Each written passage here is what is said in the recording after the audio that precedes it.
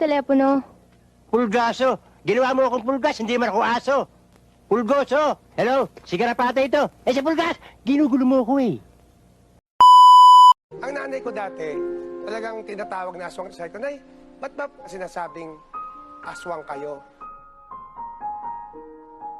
Alam mo, niyakap lang niya ako ng maigpit. Tapos naiyak siya.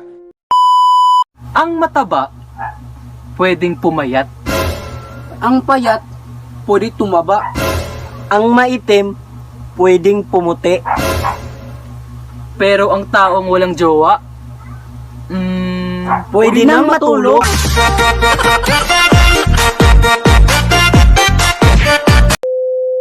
Sir, kailan po kayo na-diagnose ng diabetes? Diabetes? Wala naman akong ganun, Dok.